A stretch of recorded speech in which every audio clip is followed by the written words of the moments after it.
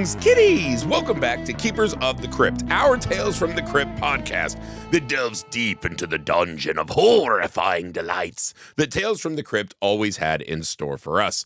Before today's wonderful episode, a little bit of business. People, please find Misfit Parade on YouTube. That's our channel. You can find this podcast, our short films, as well as our sister podcast, the Messed Up Movies Podcast. If you love Tales from the Crypt, you definitely love yourself some messed up movies. And that's what we talk about over there. We are so ecstatic that Tales from the Crypt has finally found a streaming home on Shudder. We are pumped to see you guys all talking about this wonderful classic show again.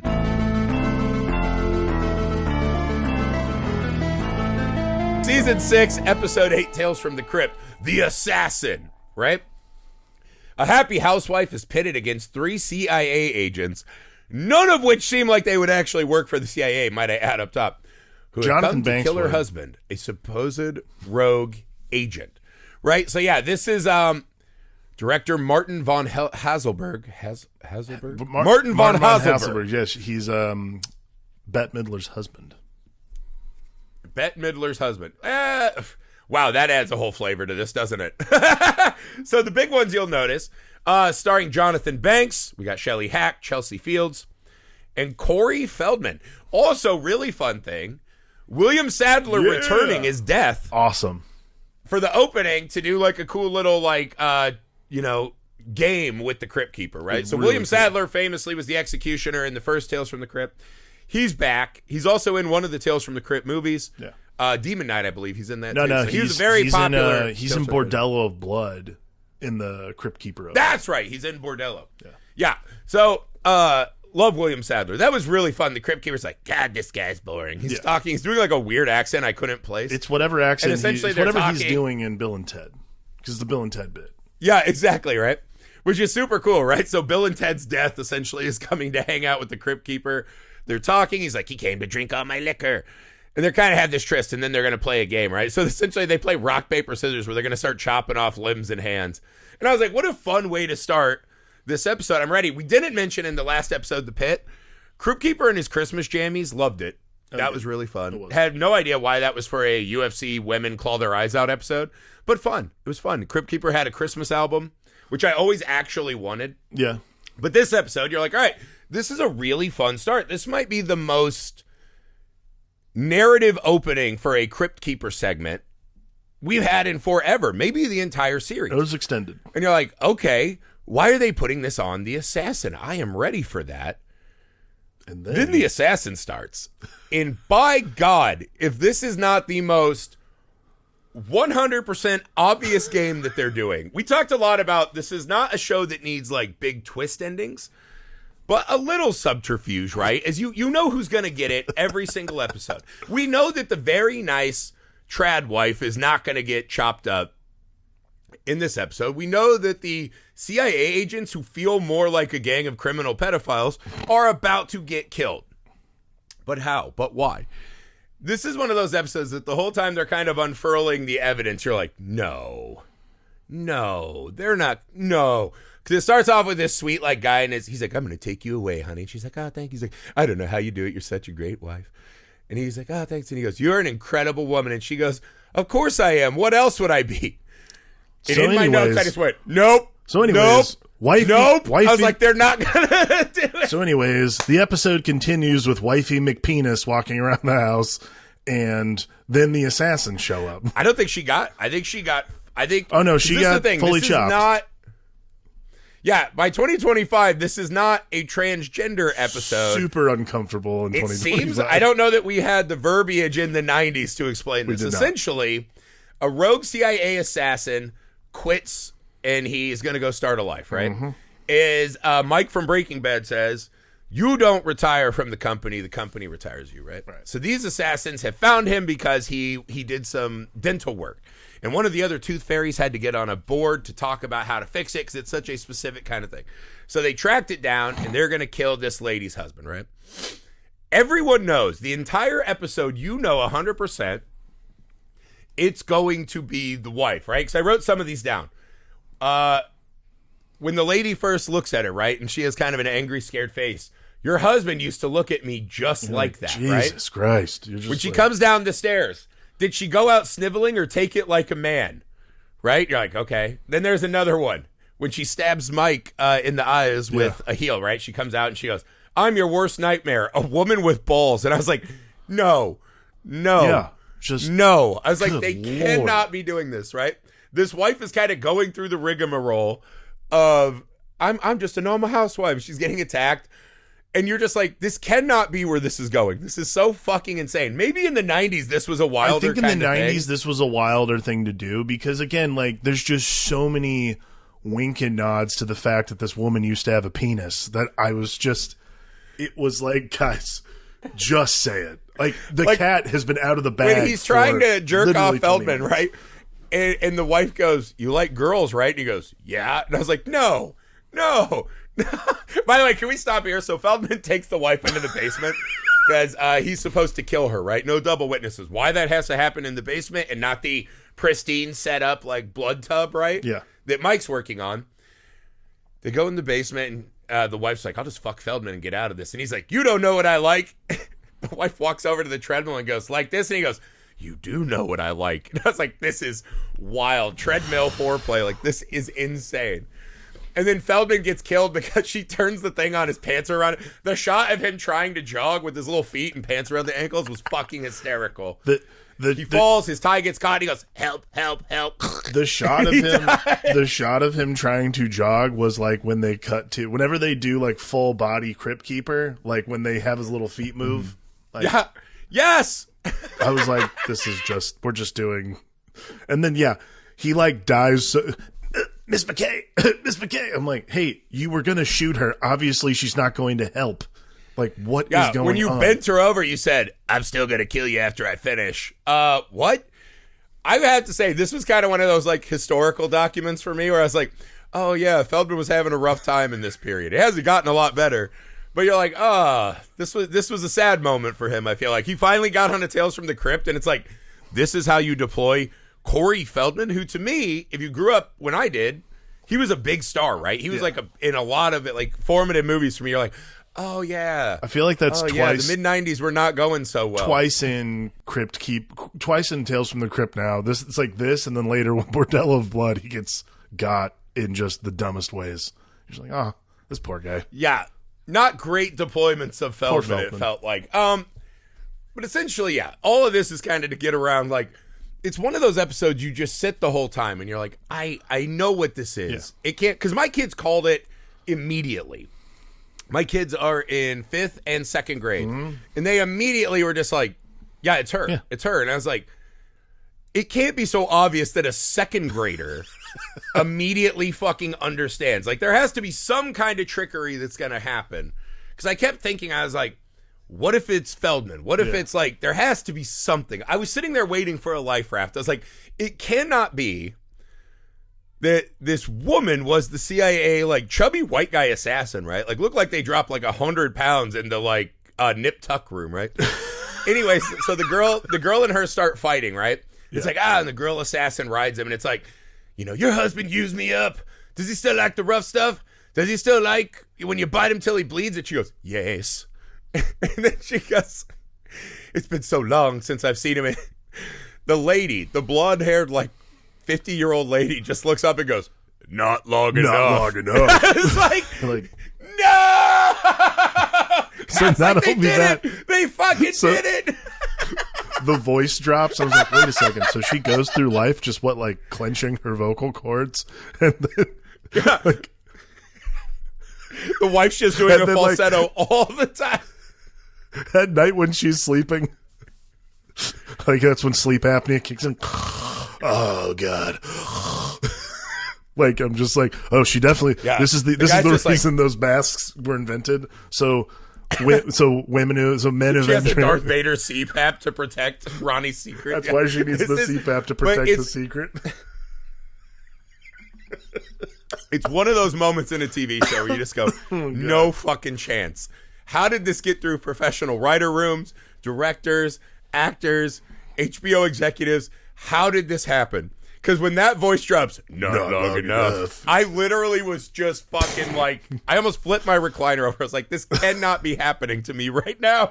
I was like, this is, because then, they do like a quick little like armbar transition, blow the lady away, and it's like, all right, I guess you have to help me now. And we cut, and there it is. Somehow she's got all the blood out of the house and shit in 2 hours. I fucking lost She's having the dinner party, and she's like, they're doing like a golf story. Like he's like the nerdiest guy ever. And just for good shits and giggles, they throw in some cannibalism, right? She turned them into what was the dinner, right? The ending is... That's just like a weird throwaway. Because I was like, that's a very different and specific criminology to add on top of all of this, right? Here's the thing. You're left at the end of the episode, and you're like, all right, so this rogue CIA agent is like, I got to get out of here, right? I'm going to turn myself into a 50-year-old housewife, right? So I'm going to get some old lady tits, chop my stuff off. I'm going to do this Freddie Mercury falsetto for the rest of my life. Here's the question. The episode leaves you with this burning, like kind of itching question I can't answer. Why not let them kill the husband and extinguish any possible future of being caught, right? Why not just go on living as this trad wife, right, for the rest of your days? That's a lingo I stole from my writing partner, John. Well if done. He hears this, he'll be like, you said that sucked. Neither here nor there. I'm just cool like that.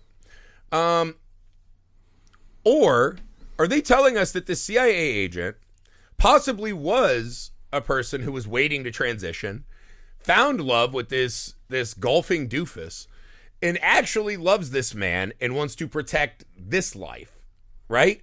Because I don't feel like Tales from the Crypt was maybe hip enough to be on the transgender before we all kind of talked about that thing. So that is a very 2025 read of what probably, like, honestly, I like that. Like, I'm fine with that because I am in the modern era. That's completely fine.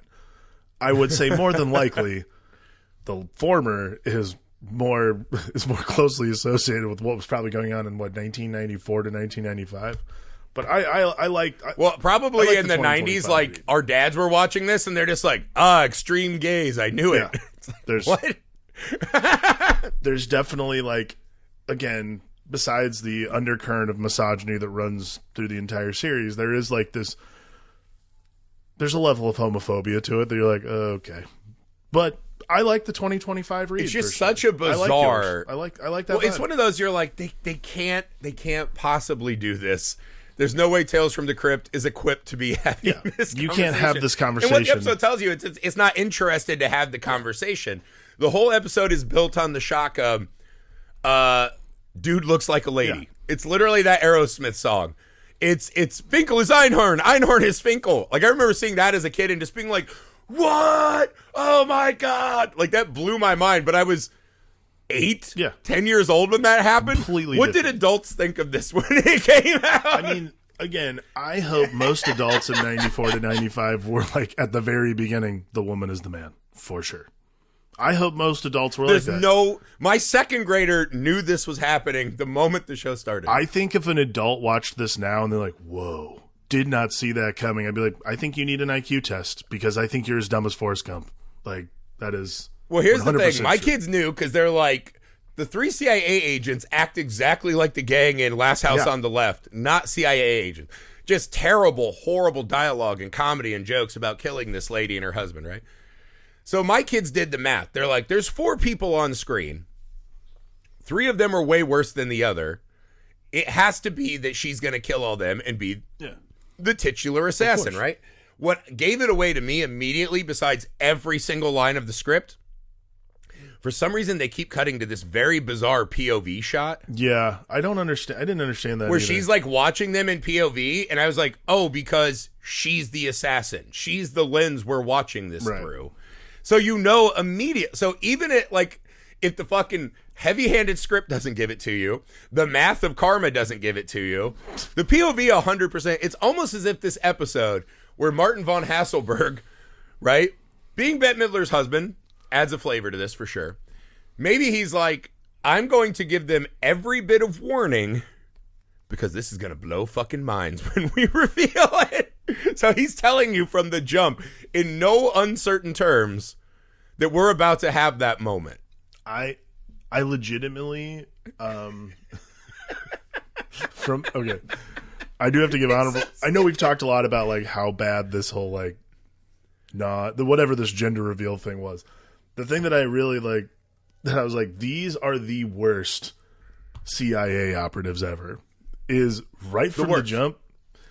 Chelsea Field's character, when she like, first off, she breaks into the house. You're like, that's the dumbest. No one would ever do that.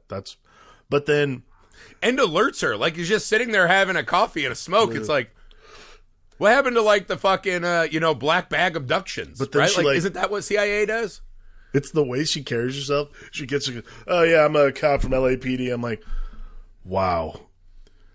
These are CIA operatives? Like, no fucking wonder nobody gives a shit about you guys. Like, good lord. Why not just say, hey, I'm with the CIA? That's higher ranking than the LAPD. No, I'm with the LAPD. Like, I know the captain. No fucking sense. Really? We're going to do this? Like, God, it was... Cool. Why are you in my home? Why are you just bursting into Why are you houses? in my home? It is... We're all, as an audience, more willing to accept that government law enforcement agents are more likely to destroy our rights than cops. Maybe not in 2025. Maybe that's also a thing that just hasn't aged well in this episode. Jesus. Because I feel like LAPD is not a trusted entity either. I would. From my time in LA. Agree with that. Yeah, this whole episode is fucking strange. You know it's coming, but you're not ready for it, right? This might be the episode that more than any other in the series is insane to go back and watch in today's era, right? Like, this is the one where you're like, yeah. This one is like, oh, there's a couple. This is aged like wine that's turned straight into vinegar. Like, you're like, oh, I bet this was really fun to watch in 94, 95. It's too dry. It's too dry. Because it's not like spoiled milk. Spoiled milk is like, oh, they fucked up everything and this is so bad. You're just like nobody is being openly hostile towards the man who transitioned to a woman. It's more just like, huh. There's no one who addresses that, like, him becoming a woman is bad or problematic. Evil. They're just shocked. Yeah, it's like a Mission Impossible where they pull the insane impossible mask off. That is exactly what it is. That's how it's treated in this, right? That's all. But yeah, I'll say it's a fucking horrendously bad script. The acting is so bad in this one. Like, Feldman and fucking Jonathan Banks are so bad in this. Yeah. And they're not bad actors. It's just fucking bad. The gags are bad. The, like, finger with the ring on it, while there's, like, actually human fingers that she puts down the disposal. It's so bad. This is kind of one of those, it's all of the worst habits of Tales from the Crypt, but somehow it's memorable enough in the long list of episodes of the show that I do feel like this is one at the end I will remember more than a lot of them. But it's one of those, it has all the worst traits, sandwiched between these great Crypt Keeper openings. So this is just such a fucking roller coaster of an episode. Yeah. It's so bizarre. It's, it's just weird. Just a weird episode. That's all. Yeah, and then we do this weird, like, kiss Ronnie on the neck. No, I said mommy. He's like, I'm going to spank the shit out of you later. And then the Crypt Keeper is just, like, talking to William Sadler's head. Quit while you're ahead. And you're like, okay, that was a weird 30 minutes. That was an undeniably weird 30 minutes of my life. If that's what you wanted out of Tales from the Crypt, you got it. There's something to be said for being memorable in this many episodes. There really is. That's it for the assassin.